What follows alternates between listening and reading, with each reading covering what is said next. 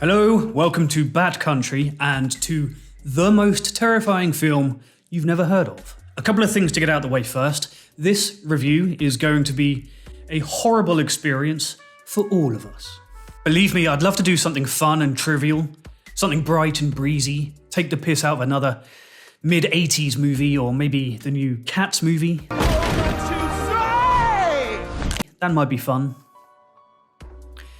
But there's something in the way. Something dark.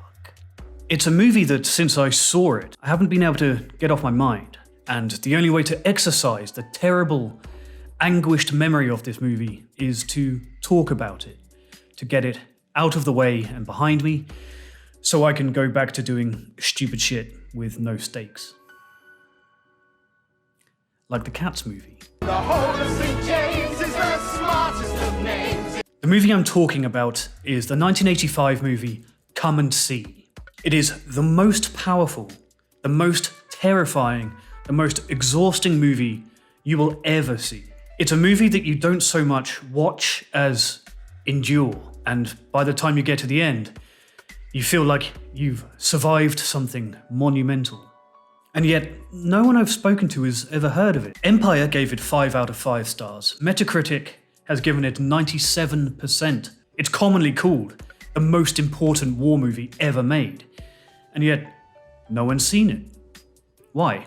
Well, let's do some content warnings before we get started. Snd See is a war movie about real events. As such, to talk about it, you have to talk about it in real terms. That means over the course of this review, I'll be discussing topics like the Holocaust, the Holodomor, mass murder, massacre, Nazism, fascism, sexual assault. I won't be including much imagery of that nature, but there is enough to warrant a content warning. It was released in 1985 and produced in the former Soviet Union, what is now Belarus. It's based on the very real and direct recollections of the filmmakers themselves. Some of those were partisans, were fighting and resisting the German occupation. The crew were locals, the cast are locals. Many of them had never acted before and have never again since. Snd See seems to be one of those rare movies that just had to come out of them. The memories on which the movie is based are raw. As such, the movie is raw. And while there isn't much in the way of on-screen violence, not really, there isn't much blood or gore, nobody dies on screen as far as I can remember. Still, the movie traffics in the language of violence.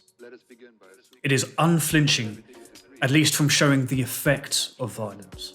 And some of the violence demonstrated in the movie is so convincing, it makes you uncomfortable to think about how they even filmed it.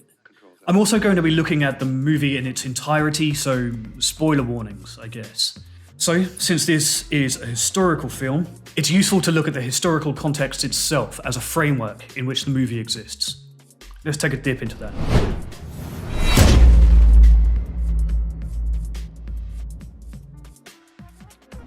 It's a Belarusian film, released in 1985 but set in 1943, as the Nazis bulldozed across Eastern Europe, Poland, Ukraine and Belarus in their conflict with Russia. The area that is now Belarus was something of an unwanted stepchild during the Second World War. No one loved Belarus. No one was fighting for Belarus. And Snd See takes place at a time when Belarus had already been under German occupation for 2, maybe 3 years. By the time the Soviets had turned the war around and began to push the Nazis back through Europe in 1944, around 1.6 million Belarusian civilians were dead, hundreds of thousands more deported, and the singular and express goal of the Nazis was to exterminate the entire population to make room for German expansion. As a result, the Belarus depicted in Snd See is one already trodden down by violence, and some of the battlefields in Snd See are already old. The story of Belarus during the war is one of unimaginable hardship, suffering, and sadness. By 1943, the year in which the movie is set, Belarus is essentially occupied by 2 hostile forces at the same time, with Hitler on the west and Stalin on the east. As a result, the Western allies, that is essentially France, UK and the US, could do nothing to help. At least Poland, Lithuania and Latvia had coastlines. There was some glimmer of at least resupply for them, but not for Belarus, a landlocked country. The only people who were able or willing to fight for Belarus were the people of Belarus itself, the farmers, the townspeople, the villagers. They never stood a chance, never ever, never even a hope of victory. That is where the movie comes in. Utter hopelessness. A Belarus with no allies, no armies, no weapons, no friends, and no power. That's the reason I think that the movie exists in the first place. It is a single pained voice from history demanding that you pay attention, that you know what happened in Belarus. It's a movie that demands that you know. But it's more than that. It's a movie that will ask questions of you personally. What was your involvement? So what is Come & See about?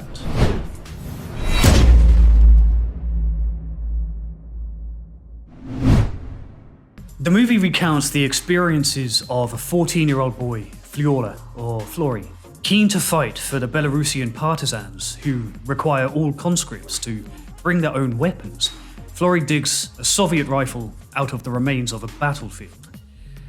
A local villager advises him not to, in fear of raising Nazi suspicions about resistance in the area. They are watched from above, constantly, by a spy plane. Flory's mother is devastated by the news that he is going to join the resistance, convinced that it will spell the death of the family. He leaves regardless. Now with the partisans, he is ordered to do menial tasks around the camp, and when the soldiers move out on an unknown mission, he is forced to stay behind and surrender his boots so that a real fighter might have them instead. He is crushed by the snub and wanders into the forest in tears. There he meets the hypnotic Glasha, unsettling in her obvious trauma. She works as a nurse for the partisans and has uncomfortably intimate knowledge of the troop's commander. Он может. Иногда. Только потом кричит во сне. The camp is suddenly attacked by air, and Flory is partially deafened. The sound of the movie itself laced with ringing from now on.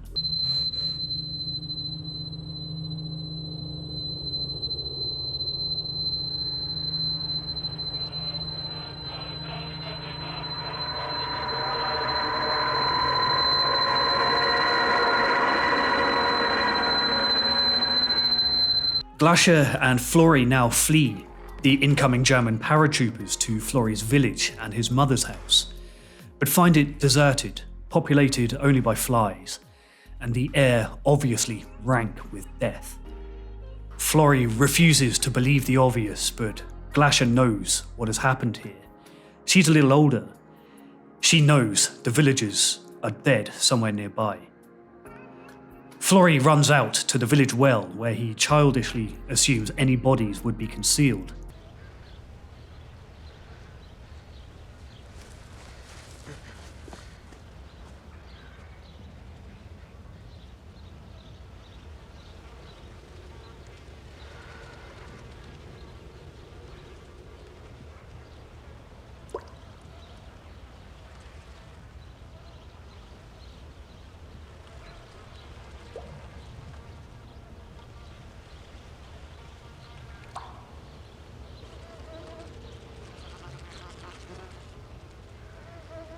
Finding only his own reflection in the water, he becomes convinced that the villagers must have fled to a nearby island. He grabs Glasha to head there, and then we get this. Они тут, близко.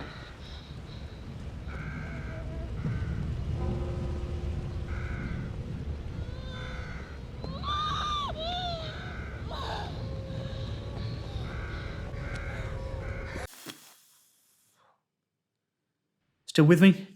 The two wade through a swamp, and they're met there by a partisan fighter who takes them to a group of locals also fleeing the Nazis. There, Flory is confronted by the village elder, now dying from burns. It's the same man who chastised him for digging up the rifles at the start of the movie, and he does so again now.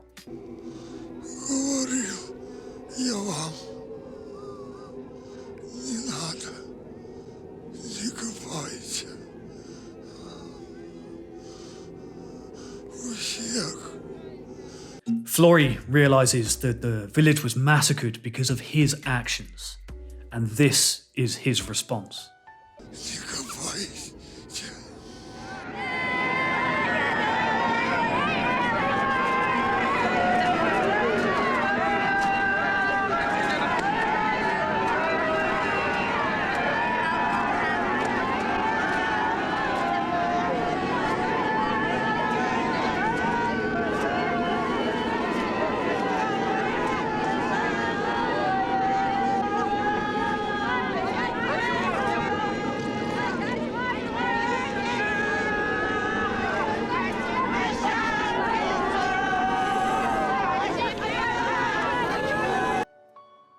Still with me? Flory is taken on a resupply mission, looking for food, but the group is thwarted by German soldiers, and 2 of the group are killed by landmines. Flory's response this time is laughter.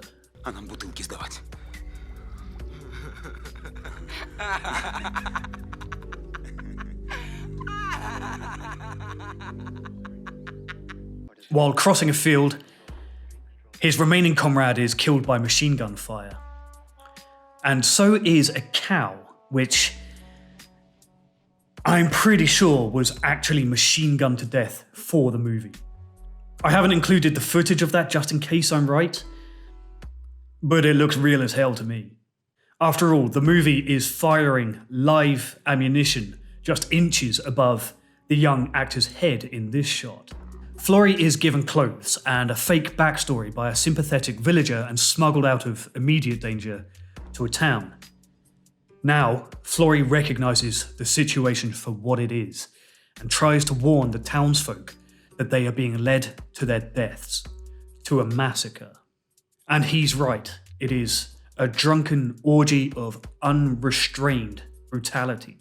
Flory and the townsfolk are herded into a church. A German officer encourages those without children to leave and be spared.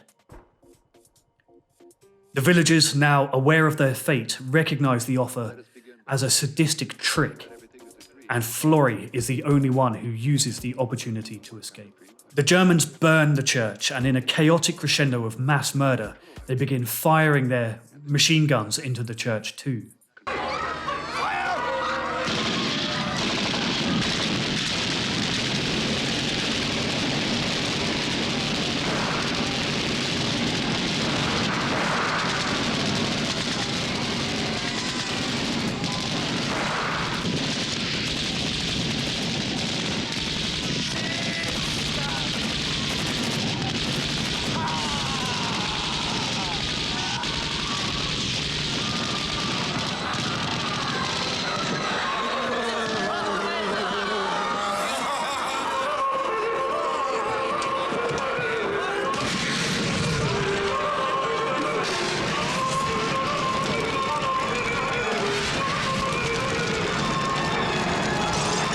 As the Germans are leaving, a small group of officers grab Flory and hold a gun to his temple for the sake of a photograph.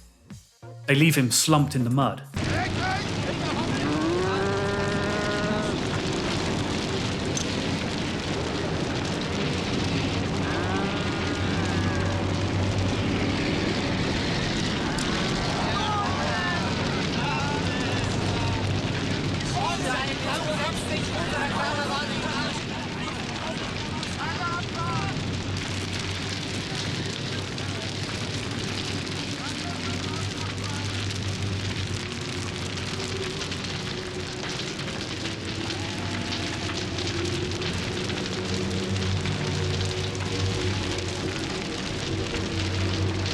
They didn't kill him in that moment, but figuratively, he's as good as dead now.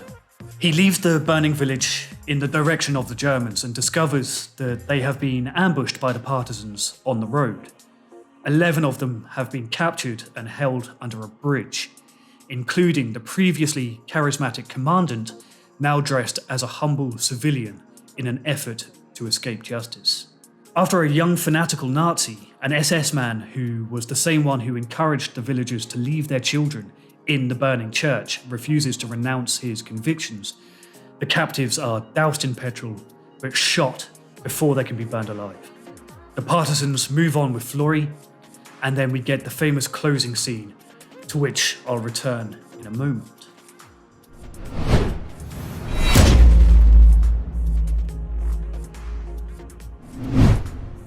It is a relentless movie, one that can't be watched casually. It's a kind of movie that demands time be set aside to engage with it. It's unlike anything I've ever seen before. And just because it's a film produced in the middle of the 80s in the collapsing Soviet Union, don't be tempted to think this is not a polished end product. The movie is solid both structurally and narratively and technically. It's filmed largely on Steadicam and occasionally with really strikingly beautiful lenses. As raw as the movie is, and as unpolished as the local amateur actors are, this is still a very well made and very well edited movie. An interesting creative decision about Come & See is that it is filmed entirely and only using natural light. That poses a lot of problems. Very few filmmakers will shoot with natural light only if they can avoid it. For example, for darker shots in the forest and so on, you have to use very wide apertures to gather as much light as possible, and then very, very fast and expensive film stock in order to encode that light. The result is a visual style that looks very grainy, very muddy. It feels something more like found footage, a bit like a found footage horror movie, something like The Blair Witch Project. It has a much more roughshod feel than a conventional war movie like Saving Private Ryan, for example, or Big Red 1, which was produced at around the same time. In fact, while we're talking about tone and style, and while you might be tempted to think that something like Schindler's List might be a better comparison given similarities in content, the tone of Schindler's List and the tone of Come & See are not quite the same. Oskar Schindler, for example, in Schindler's List is a man of power and influence. Come & See is abjectly devoid of such concepts. Flory has no power whatsoever, almost no agency to speak of. Also, Schindler's List ultimately is a movie about hope. Come & See is more about the pointlessness of hope. Imagine instead Schindler's List, but told from the perspective of the little girl in the red jacket.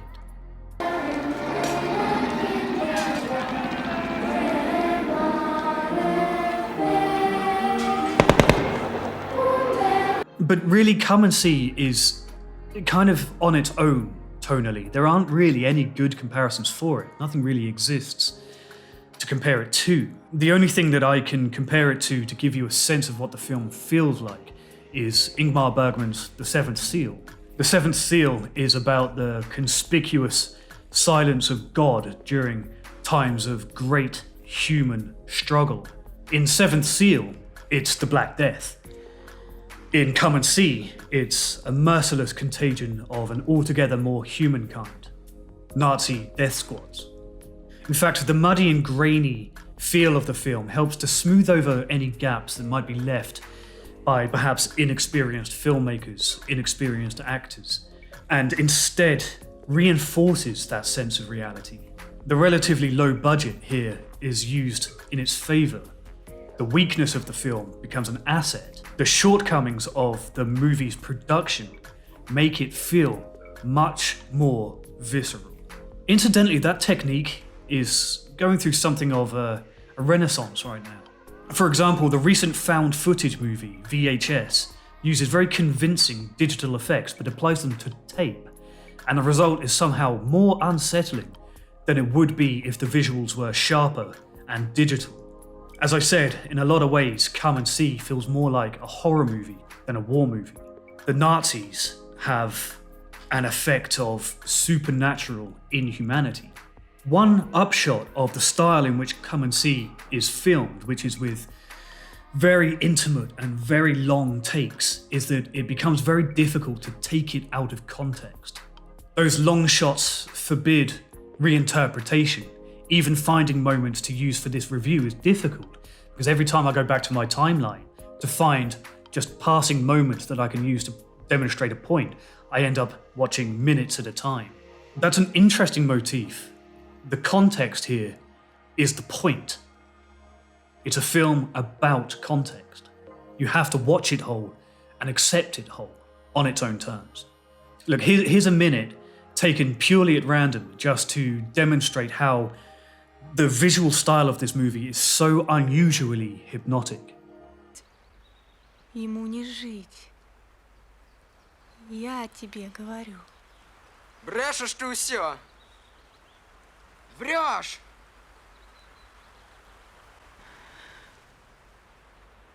Врешь!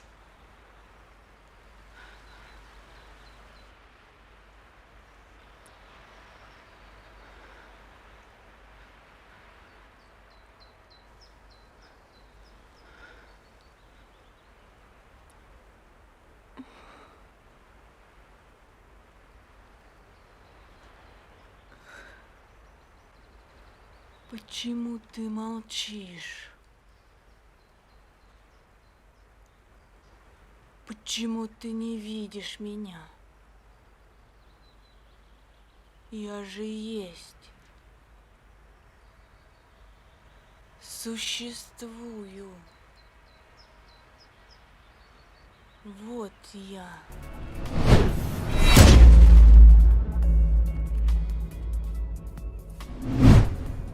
The movie is a literal one, in a sense, attempting to faithfully reenact the suffering wrought on the people of Belarus. But much of the lessons and the messages of the movie are encoded into very, very effective metaphor and allegory. One of the best I've already mentioned, when Flory looks down into the well expecting to see a pile of corpses and instead sees only his own reflection. But the movie is full of those kinds of powerful moments. Look at this, for example. This is the way that Flory and Glacia are introduced to each other.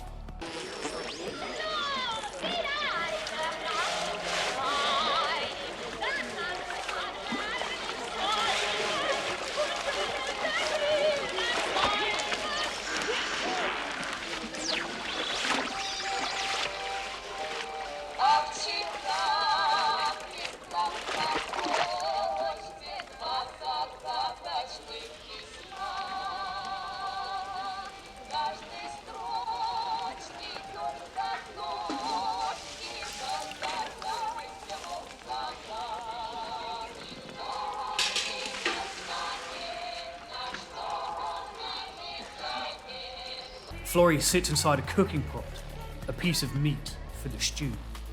Here, during the beginning of the town massacre towards the end of the film, we see a post-mortem, an autopsy, being conducted in the midst of the chaos.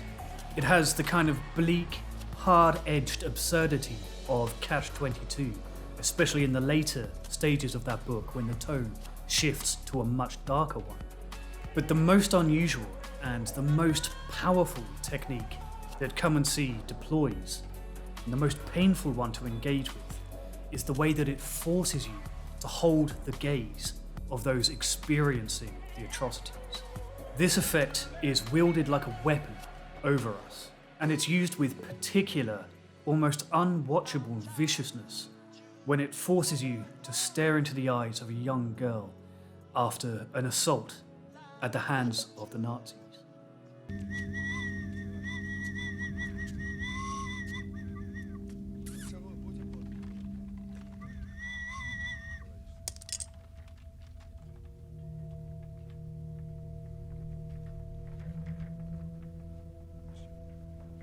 Now, I'm not going to lie, even now, editing this as I'm reviewing this and talking it through, that shot is brutally difficult to watch. In fact, for me, it is without doubt the most impactful and most brutal shot in the history of narrative cinema. It's never been done before, and of all of it, of a movie full of moments like that, that one stands out as particularly painful. This shot of this young woman is far more effective, far less gratuitous, and as a result, more powerful. Come & See is a film essentially dealing with multitudes, with large numbers, hundreds of thousands of deaths. So many it becomes kind of meaningless to enumerate.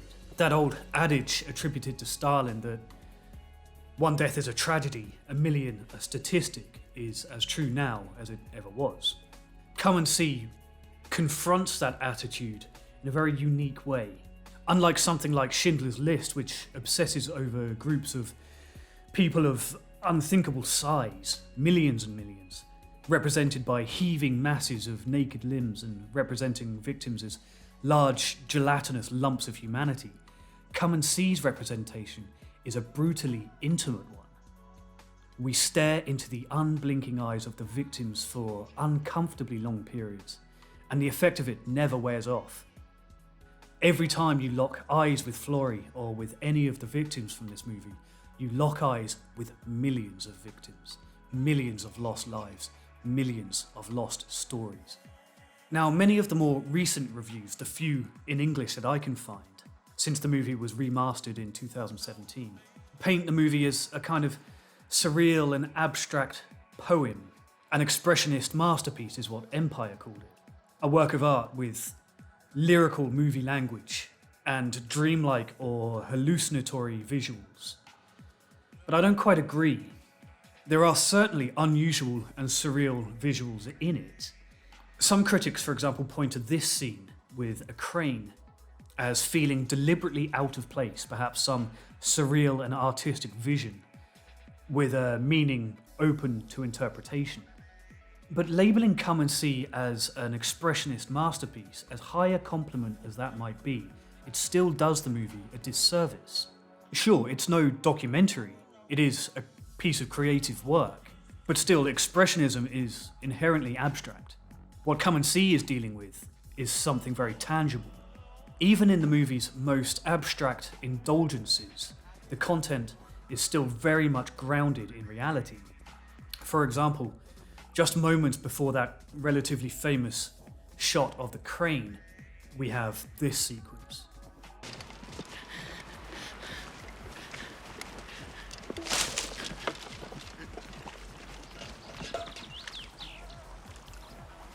The crane, like all Belarusian mothers, is searching for its children, unaware that they are already dead.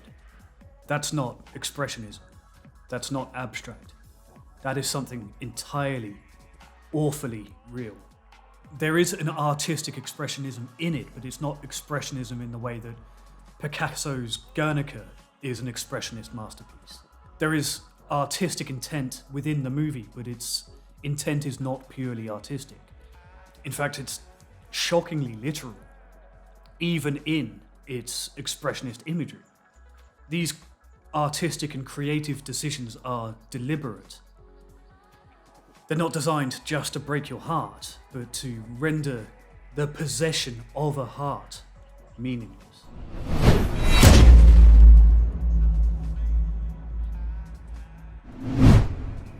Come & See is a movie full of characters and full of memorable performances. The sullen and tortured partisan commander has only a few lines, but his presence leaves a very deep footprint. The fanatical Nazi is another, and I'll return to his role in a moment because it is crucial. Then Glasha, of course. Her trauma is portrayed so convincingly and so confusingly that it's hard to believe they found anyone to do that role justice, much less a Belarusian local girl who had never acted before and has never since. But of course, the real standout performance, the one that everybody rightly talks about, is that of Alexei Kravchenko as Florrie. He was 14 when production began on this movie, and it's a performance of such commitment and nuance and maturity and emotional honesty that you have a kind of disquieting sense that what you're seeing can only be real. There is no other explanation for a performance as explosive and as devastating as Kravchenko's as Florey. Over and over again, Florey's face is so twisted by anguish that it doesn't just border on madness, but outright marches over that border into unmistakable, unrestrained insanity. When we watch Florey and as he ages on screen, you are positively certain that you are not watching acting, you are watching an adolescent boy's mind come apart. It is horrific. By the end of the movie, the trauma is painted on Florey's face like tree rings. When we meet him, he is kind of young for a 14-year-old boy, a grinning kid, and perhaps, as pointed out by other characters, a little simple. By the end, though, he has skipped adolescence entirely, never given the chance to enjoy his innocence. The lines on his forehead are deeply carved, his hair is white, his eyes red and old. His only goal is to survive, and even that seems dreadful. The final character worth mentioning in Come & See is a conceptual one. Constantly and throughout the film, a reconnaissance plane flies overhead. It spectates dispassionately, observing the atrocities from a distance. The reconnaissance plane is us, the audience. Come & See puts us literally in the movie itself. It refuses to let us sit safely behind a TV screen and watch as things unfold. We are part of this story. In fact, at one point, the reconnaissance plane drops leaflets on the characters, encouraging them to fight. It happens at a point in the film when you are kind of, as a viewer, yearning to reach out to the characters and demand that they do something, that they recognize the danger that they're in. But those messages too are impotent. In the movie, a partisan picks one up and reads it. He says this: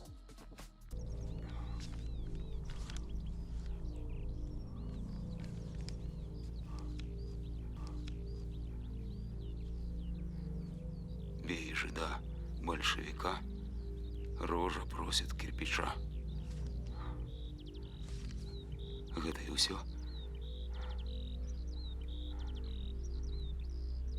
It causes us as observers to reflect on our own role and on our powerlessness, or worse, as the film seems to suggest, our refusal to intervene.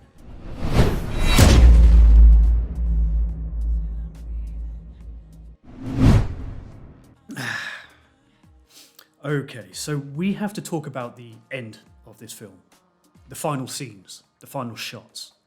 I'm going to show it almost in full, in sections. And I've chopped some bits and pieces out because as the film plays, it includes some footage of some real executions, and I didn't want to include that for the sake of a review. It didn't seem very appropriate. That said, let's get into it. Normally, it goes against my sensibilities to just show the end of a movie. I kind of think that, spoilers aside, that's kind of a shitty thing to do. But more than anything, this is a film that demands to be seen. In the final scene, a group of the Belarusian partisans have captured some of the Nazis involved in the massacre at the nearby town. Their leader, now in stolen civilian clothes in the hope of survival, disowns his actions, says he's a sick old man with grandchildren, and that he wants to quit. The crowd naturally scoffs. And then, once again, Come & See throws something in that no Western war movies ever show. Something entirely unexpected. An unrepentant, committed Nazi soldier. An SS man who hates the people, believes in the cause, wants to see the townsfolk destroyed. A man who, in the face of his own death, still has the courage of his own toxic convictions. This is more damning than any other Nazi betrayal I've ever seen. It is excoriating. Even the translator who's translating the SS man's German into Russian for the locals to understand doesn't want the local to know what the soldier is saying. It's worth showing you the exchange in full, because I think it might be unique in cinema history. Да, это я сказал. Без сети выходи. А где тебя оставить? Du, besetz. Ich hab so gesagt, weil alles seinen Ursprung in Kindern hat. Я так сказал, потому что с детей начинается все. Ihr dürft nicht existieren. Вас не должно быть. Nicht jedes Volk hat das Recht auf Zukunft. Не все народы имеют право на будущее. Слушать. Всем слушать.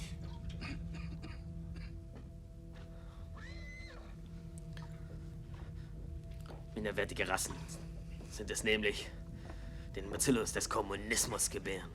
Низшие расы плодят заразу коммунизма. Ihr dürft nicht bestehen. Вас не должно быть. Und die Mission wird erfüllt. И миссия будет исполнена. Heute oder morgen. Сегодня или завтра. Heute oder morgen.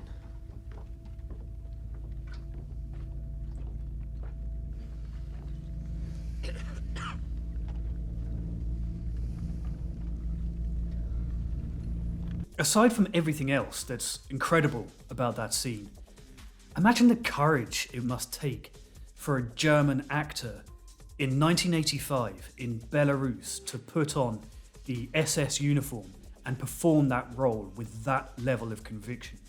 It is exceptional, and it's just one of the reasons. You can just throw that on the pile of the reasons why this film is so powerful. The whole sense that you get is that the movie itself is bursting at the seams with barely concealed rage. The film then forces you to search your own sense of decency, with the Nazi soldiers captured and surrounded, facing justified recrimination. They're then doused with petrol, but before they can be burned alive, the villagers open fire on them. That scenario forces you into a completely alien ethical position. It makes you acknowledge that the slaughter of a group of unarmed men instead of burning them might actually be merciful. Is that act of murder in fact an act of empathy? These are questions not posed by any Western movies. And even then, Come and See isn't finished. The final minute or so are the most discussed part of this kind of under-discussed movie. So immediately after the local partisans kill the remaining Nazis, they gather their equipment to leave. As Flory gathers his equipment and his kit to move on with the partisans, he stumbles across a picture of Hitler in a muddy puddle. This is the final sequence of the film, and this is what happens.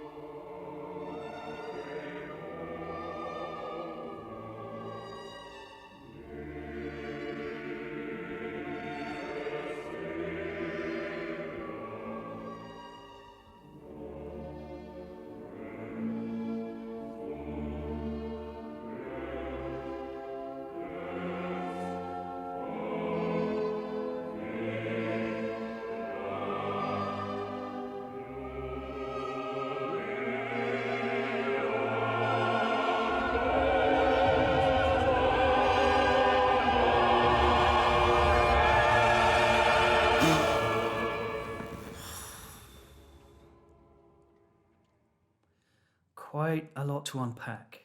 Here's my interpretation. Evil begets evil. War begets war. Violence begets violence. The cycle of trauma stamped into the young civilians during Operation Barbarossa begins again with Flory. The snake eats its tail. As a direct result of everything that he's experienced, Flory is filled with a kind of directionless and shapeless rage that will define Eastern Europe even until this day, I suppose. Flory's reaction to empty his rifle into this image of Adolf Hitler is one of violence. We see Flory with a simple and pathetic wish that none of this had ever happened. Everything, all Flory has seen has been horror and brutality and inhumanity. His own adolescent reaction is to use that same violence to roll back time.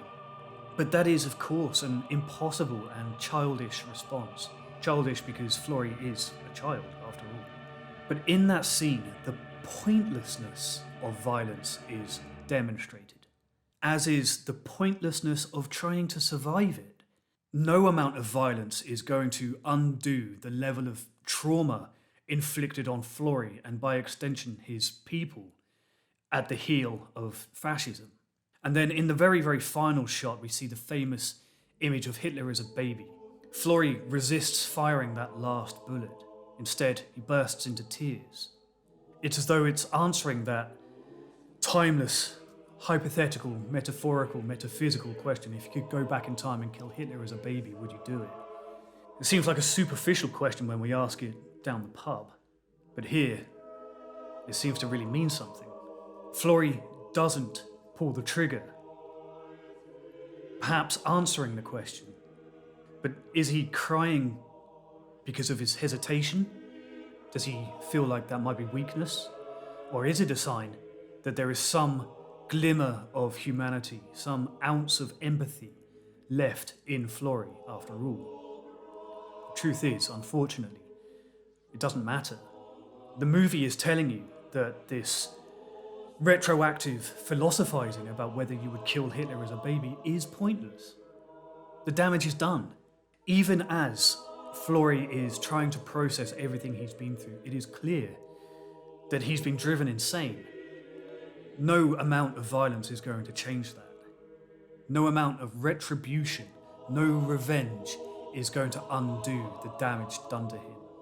And so we come to the final, inevitable, eschatological conclusion. To resist is pointless. To kill is pointless. To die is pointless. And to survive is pointless. That is the truth in the middle of the violence. We are shown almost nothing but sacrifice.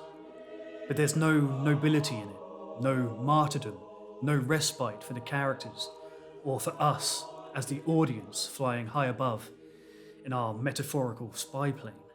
The fight itself is meaningless, sacrifice is nihilism, but in a landscape as bleak as this one, to survive is to envy the dead.